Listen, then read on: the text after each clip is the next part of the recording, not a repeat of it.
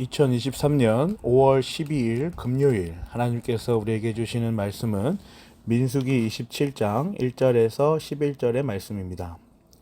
오늘 본문은 슬로브앗의 딸들이 모세에게 청혼하여 그들이 아들이 없음에도 하나님의 유산을 받을 수 있게 된 사건을 기록한 본문입니다.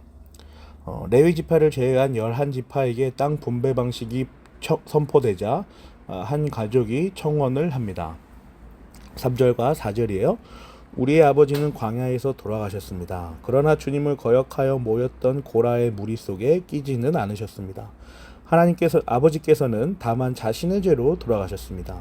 그런데 아버지께는 아들이 없습니다. 그러나 아들이 없다는 이유로 아버지의 가족 가운데서 아버지의 이름이 없어져야 한다니 어찌 이럴 수가 있습니까?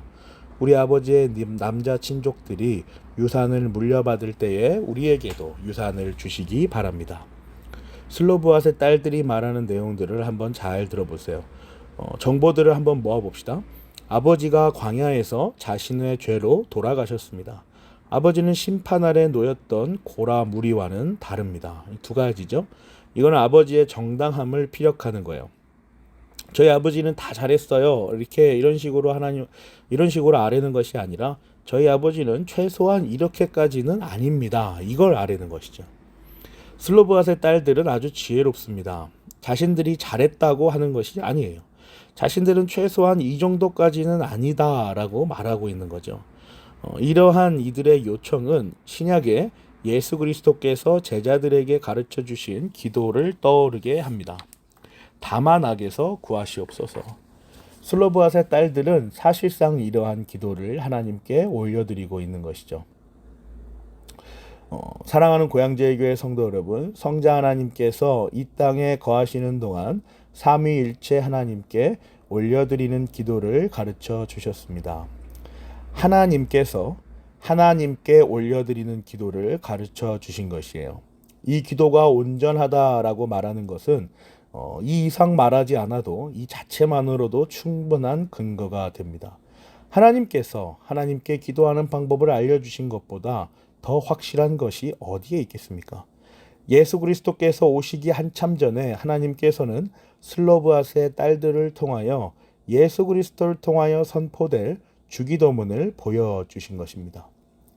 하나님께서 대답하시는 것을 한번 볼까요? 7절 보세요. 슬로브앗의 딸들이 한 말이 옳다. 그 아버지의 남자 친족들이 유산을 물려받을 때에 너는 그들에게도 반드시 땅을 유산으로 주어라.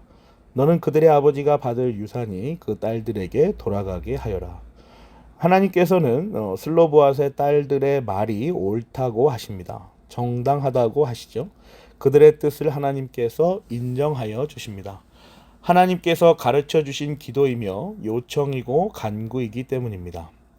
하나님께서는 이 일을 더 확장하여 교훈하십니다. 8절에서 11절 말씀이에요.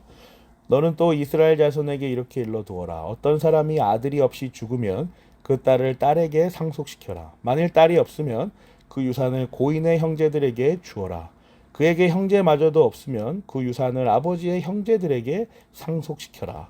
아버지의 형제들마저 없으면 그 유산을 그의 가문에서 그와 가장 가까운 친족에게 주어서 그가 그것을 물려받게 하여라. 나 주가 모세에게 명한 것인 만큼 여기에서 말한 것은 이스라엘 자손이 지켜야 할 율례이다.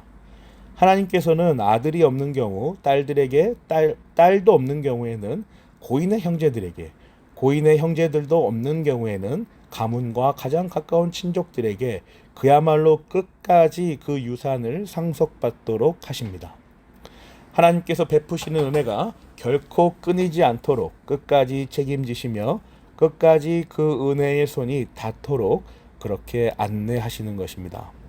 사랑하는 고양제일교회 성도 여러분, 오늘 본문은 오늘날 우리에게 어떠한 교훈을 전달하여 줍니까?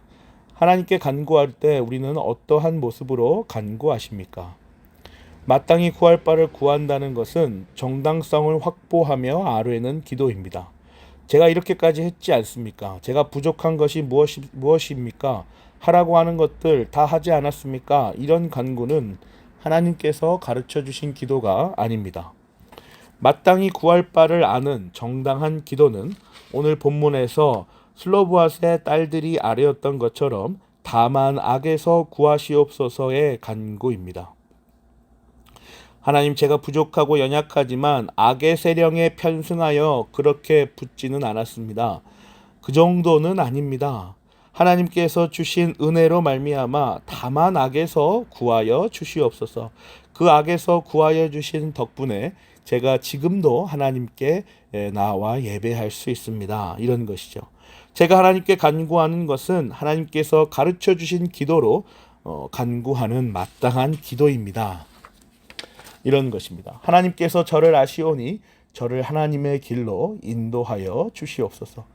구원의 여정 속에서 마지막 날까지 인도하여 주실 하나님께 자신의 전부를 내려놓고 그렇게 하나님의 뜻을 묻는, 그렇게 하나님께 아뢰는 기도인 것입니다.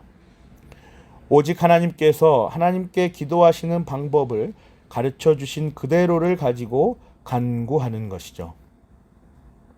하나님께서는 그 신실하신 속성으로 말미암아 우리가 생각지도 못한 것까지, 그 한계까지 자신의 은혜가 도달될 수 있도록 우리의 삶을 인도하십니다. 그것이 우리의 축복이며 우리의 특권입니다. 하나님께 간구할 때마다 하나님께서 가르쳐 주신 기도를 늘 떠올리며 기도하십시다. 하나님께서 크고 기이한 일들을 우리의 삶 가운데에 보여주실 것입니다. 또한 우리는 그 마땅히 구할 바를 구하는 성도의 모습으로 보다 담대하게 하나님 앞에 나아서 하나님께 우리가 구할 것들을 구할 수 있으며, 또 그로 인하여 하나님께서 가르쳐 주신 기도를 하나님께 올려드리는 그러한 정당한 기도를 통하여 우리의 간구와 우리가 하나님께 간구하는 것들을 하나님께서 들어주시는 것입니다. 이 원리를, 이 기도의 원리가 우리에게 적용되는 것이죠. 그러한 하나님의 은혜를 경험하는 주의 거룩한 백성이 되기를 그리스도의 이름으로 기도합니다. 아멘.